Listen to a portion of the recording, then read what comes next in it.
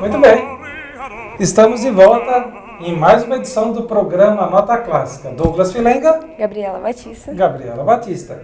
Hoje, dia 11 de setembro de 2019. Sim. Hoje faz 18 anos daquele atentado que teve lá em Nova York, as Torres Gêmeas. 18 anos. 18 anos se passaram, bastante tempo. E hoje nós vamos tocar, além dessa música que estamos ouvindo ao fundo, que música que é essa mesmo ao fundo? Que é Carmen Dias. É de Georges Bizet Isso. e da ópera Carmen. Olha aí que música bonita. Vamos ouvir um pouquinho? Uma música que foi bastante utilizada em comerciais, até comercial de banco utilizou essa música dada a popularização dela. E olha só o que temos aqui ao fundo, olha só o que está acontecendo enquanto nós falamos. Esse daí é o nascer do sol. Isso. Que coisa magnífica. É muito chique, o sol é muito bonito. O sol nasce com uma grandiosidade, com o que mais? Que outros adjetivos, outros dois adjetivos podemos usar quando o sol nasce com toda esta cerimônia, com toda essa extravagância? Pompa e circunstância. Pompa e circunstância. Exatamente. A música de hoje, adivinha qual que é? Pompa e circunstância. Pompa e circunstância. E quem é o compositor? É Edward Elgar. Edward William Elgar, ou Sir Edward William Elgar. Esse Sir é um título dos nobres ingleses. E não bastasse o título de Sir Edward, ainda tem um William aí no meio, que é para caracterizar mais esse autor, que é de origem Eu acho que é britânica. É. E aí escolhemos o nosso astro-rei, o Sol, Sim. para que ele nascesse. Olha aí o nascer do Sol, com toda a pompa e circunstância que é permitido ter a este que já foi considerado um deus. Os egípcios antigamente adoravam o Sol como um deus. E aí é lindo e magnífico quando nasce o Sol. E isso representa metaforicamente que a noite durou, que foi difícil, mas o nascer do sol e blá blá blá blá blá blá. E vamos ouvir agora, em homenagem a este, o Sol, nada mais, nada menos, com toda a pompa e toda a circunstância, a música de Edward Grieg. Edward Grieg é o outro. Edward Elgar. Edward Elgar. Muito bem, com pompa e circunstância em homenagem ao Sol.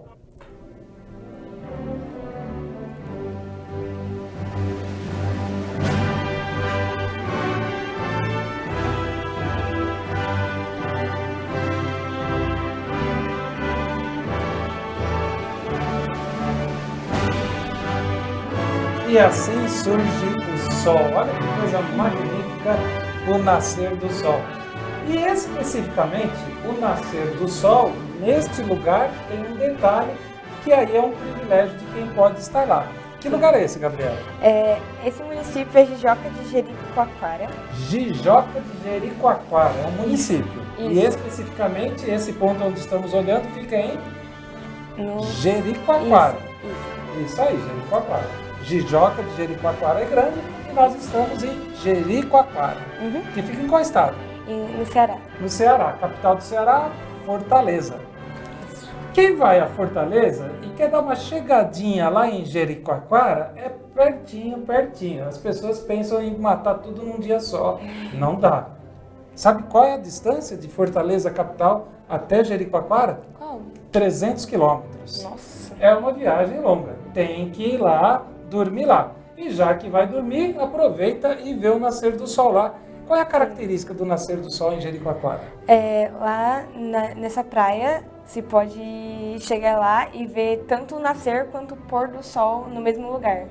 Porque, se eu não me engano, ele é peninsular, então dá pra ver do mesmo canto que você estiver. É porque tá lá no cantinho lá do Brasil, tá lá em cima, lá no bico, então ali é um lugar bastante estratégico. Normalmente o sol nasce A leste. Nasce no leste. Para a gente saber onde é o leste, a gente pensa lá no globo, né, onde estão as Américas, América do Norte, Central, América do Sul, do outro lado Europa. E lá na Europa, os países mais para União Soviética, para o lado direito, ali é o leste. Então o Sol nasce ali. E se põe no oeste. No oeste. O oeste, para a gente se lembrar, quando a gente olha para os Estados Unidos, tem aqueles filmes do pessoal que Bang Bang vai para o oeste, eles saem ali de Nova York e eles vão ali para o lado contrário, para a esquerda. Isso. E é lá que é o leste. Então o Sol nasce no leste e se põe no oeste. Mas em Jericoacoara a gente consegue ver os dois do mesmo lugar. Sim. Fantástico. Lindo, não? Claro. Sabe que tem uma curiosidade sobre o Sol? A gente pensa assim que o Sol está lá pegando fogo, né? Mas não está pegando fogo. Aquele negócio lá não é fogo. Aquele negócio, aquelas labaredas de fogo que a gente vê, aquilo não é labareda de fogo. Porque para haver fogo, tem que ter uma coisa que lá no espaço não tem. Oxigênio. Então, se você quiser fazer uma fogueira, você tem que ter oxigênio. Então, tem que ter lá o material que vai pegar fogo, o carvão, uma madeira, um plástico. Tem que ter o oxigênio e tem que ter a faísca lá, o fósforo para acender. E lá no espaço, lá onde está o Sol, longe para Chuchu, não tem oxigênio. Logo, o que está queimando lá, aquelas labaredas, não são fogo, porque para ter fogo tem que ter o bendito oxigênio. Sim. E aí fica a dúvida, o que é aquilo então? Aquilo lá são gases, o que mais tem no universo é hidrogênio.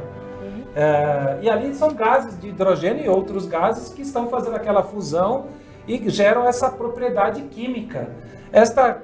Aquele calor, aquele tipo de propriedade química é uma energia muito forte e a gente aqui no planeta Terra ainda não conseguiu construir. Até teve um filme do Homem-Aranha lá, que ele lutando com aquele homem de muitas mãos lá, eles pegam o sol e jogam na água para esfriar o sol. Teve um seriado assim, mas na verdade nós ainda não conseguimos reproduzir aquela energia que o sol tem. Porque a gente poderia ter termoelétricas, por exemplo, carros, a combustão, etc., com esse tipo de energia, mas nós não temos.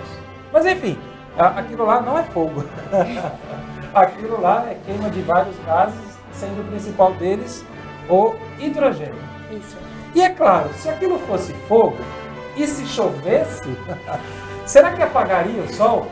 Como, por exemplo, nesse Homem-Aranha que ele jogou o sol na água tentando apagar. Sabe o que acontece se chovesse ou se alguém jogasse muita água para apagar o sol? Não apagaria. Porque a água, ela é H2O. Esse H quer dizer que são duas moléculas de hidrogênio. E se você joga água no sol, que aquele gás queima principalmente por causa do hidrogênio, e a água tendo mais hidrogênio do que oxigênio, adivinha o que ia acontecer? Ao invés de apagar o sol, ia incendiar mais ainda o sol.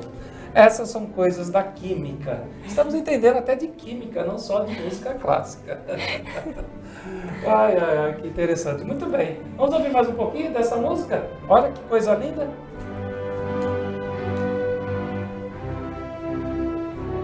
Parece uma marcha militar, é isso? Parece também. É uma marcha militar? Não, eu acho. Não é uma marcha militar? Não são 5 marchas? São 5 marchas, chamadas marchas de pompa e circunstância. Aí, se eu não me engano, elas são militares ou elas são aquelas marchas para desfile mesmo, de parada que costumava ter? São marchas feitas para estimular os soldados a irem à guerra, lutar. Tem muitos filmes lá, tipo o filme Honra e Glória, que tem lá alguém tocando alguma música simbolizando essa marcha, a cadência dos soldados. Na história de Sir Edward William Elgar, dizem que ele fez essa marcha não para estimular a guerra, mas para lamentar os jovens que foram perdidos na guerra. E ele é um compositor do século XIX. Isso. Final de 1800, começo de 1900, e morreu no século XX. Um fato muito interessante que eu encontrei sobre ele é que ele era muito deslocado, tanto nas influências musicais dele, quanto na vida pessoal dele mesmo. Porque a música dele, ao invés de ter influências ali do lugar onde ele vivia, ele tinha influências da Europa continental. E na vida pessoal dele... ele tinha como ele ficou reconhecido, e ele continuava mantendo suas origens, porque ele era filho de um afinador de pianos, as pessoas achavam muito estranho, porque ele já tinha ficado reconhecido, ele tinha ganhado dinheiro, e ele continuava mantendo suas origens, coisa que quase ninguém fazia na época. E é típica música de um inglês. Quando a gente ouve essa música, quase que dá para ver a rainha da Inglaterra entrando.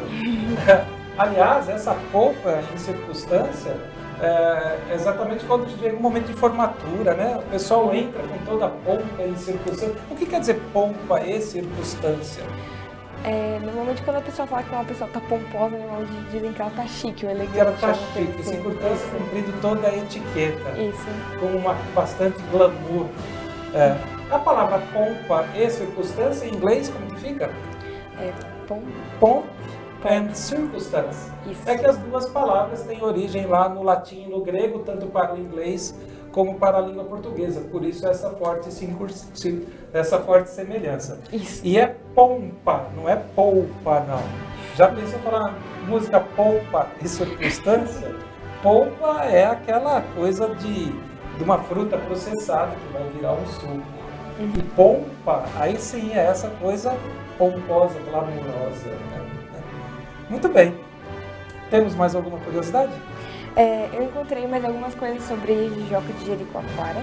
Gostou? Eu adorei, eu achei muito, muito legal. Porque assim como tem algumas cidades pra cá que o turismo meio que faz a cidade crescer, como Guararema, por exemplo, lá em Jericoacoara, basicamente o turismo também leva essa cidade a crescer. Porque tem essa praia que as pessoas vão lá para poder ver o nascer e o pôr do sol. E tem uma pedra chamada Pedra Furada, que tem um buraco no qual as pessoas podem ver o pôr do sol por dentro dele. Mas é um buraquinho assim que a pessoa fica espiando? Não, acho que não. É uma pedra muito grande, as pessoas ficam vendo. Se eu não me engano, ela tem 5 metros. Aliás, é até interessante quando a gente olha, por exemplo, o eclipse, a gente pensa que a Lua é maior do que o Sol. Porque a Lua encobre o Sol, que é aquele eclipse que a gente vê. Você falou do tamanho do buraco da Pedra Furada, eu estou me lembrando do tamanho do planeta Terra. O planeta Terra é pequeno. Se você pegar e fizer um furo de uma ponta a outra, assim, o eixo dele tem 12 mil quilômetros. 12 mil quilômetros, se você pega, por exemplo, um veículo, um carro, uma moto, com 12 mil quilômetros ele está ainda começando. E se você não fizer a medida do diâmetro, fizer uma volta em toda a circunferência da Terra, não chega a 40 mil quilômetros. Eita. 40 mil quilômetros, para a gente também tomar como noção de grandeza, quando significa isso, também olha o velocímetro de um veículo. Um veículo com 40 mil quilômetros é um veículo relativamente pouco usado, pouco rodado. Então a Terra é muito pequena. E a Lua é menor do que a Terra. Como que pode um corpo celeste, a Lua, ser menor do que a Terra, muito menor do que o Sol, onde é o principal corpo celeste, onde tudo mais gravita em torno desse sistema solar?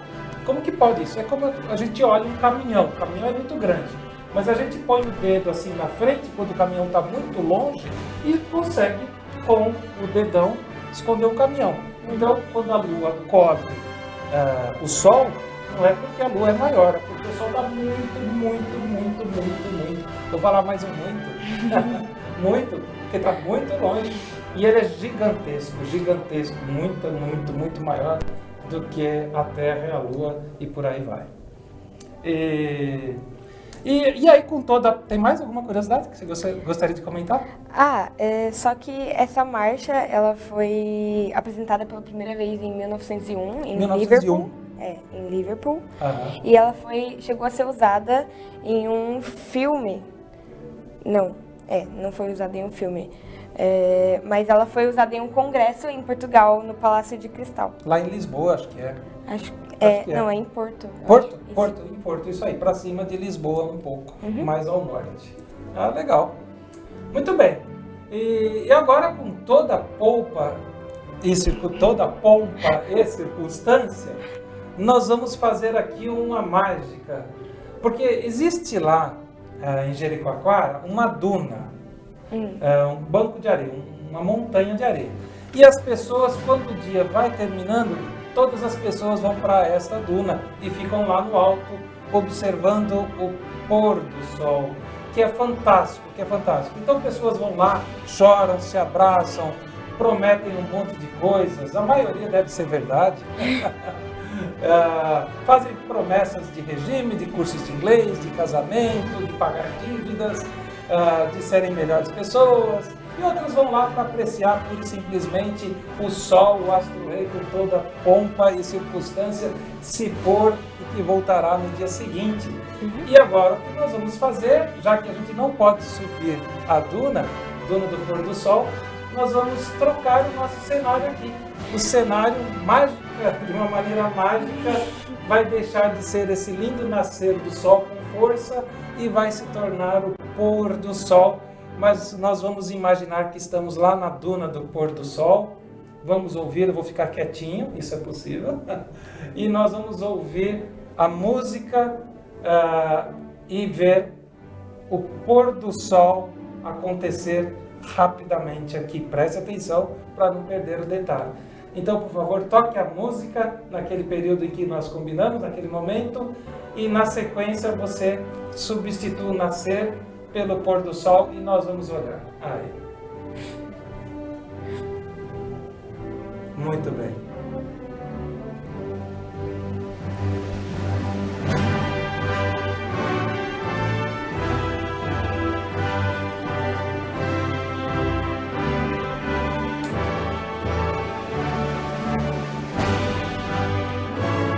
Com toda pompa e circunstância, o sol. O sol é uma estrela e tem luz própria, aqueles gases. Toda estrela tem a sua luz própria. As pequenininhas que a gente vê têm as suas luzes, os seus gases e por isso que elas brilham. Dizem que o sol está na metade da vida. Viveu bilhões de anos e tem mais bilhões, mas já está na metade. Assim como toda estrela. E aqui estamos no alto. Por isso a praia está lá embaixo. Estamos no alto da duna do pôr do sol em Jericoacoara. E vamos ver quem é que está nos ouvindo. Vamos comentar e mandar um abraço. Nós temos... Opa! Ademir Bernardo, que está lá no Japão. Um abraço, Ademir. Isso. A Miriam, o filhinho. Eliane Michel Filenga. E quem mais? Rosilda Souza também. Rosilda Souza, e aí tem uma lista grande. Vamos parar, que senão a gente vai ficar um tempão.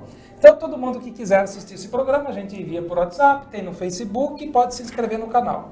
Isso. E aí clicar naquele sininho, é isso? Isso, no canal da rádio no YouTube. E muito bem, o que a gente pede é que você compartilhe o programa para que as pessoas tenham música, cultura e informação por meio do entretenimento, popularizando a música clássica. Sim. Ficamos aqui a partir dos estúdios do Instituto Federal Suzano, o Instituto Federal São Paulo, da unidade de Suzano. Gostamos de música clássica? Sim, claro que sim.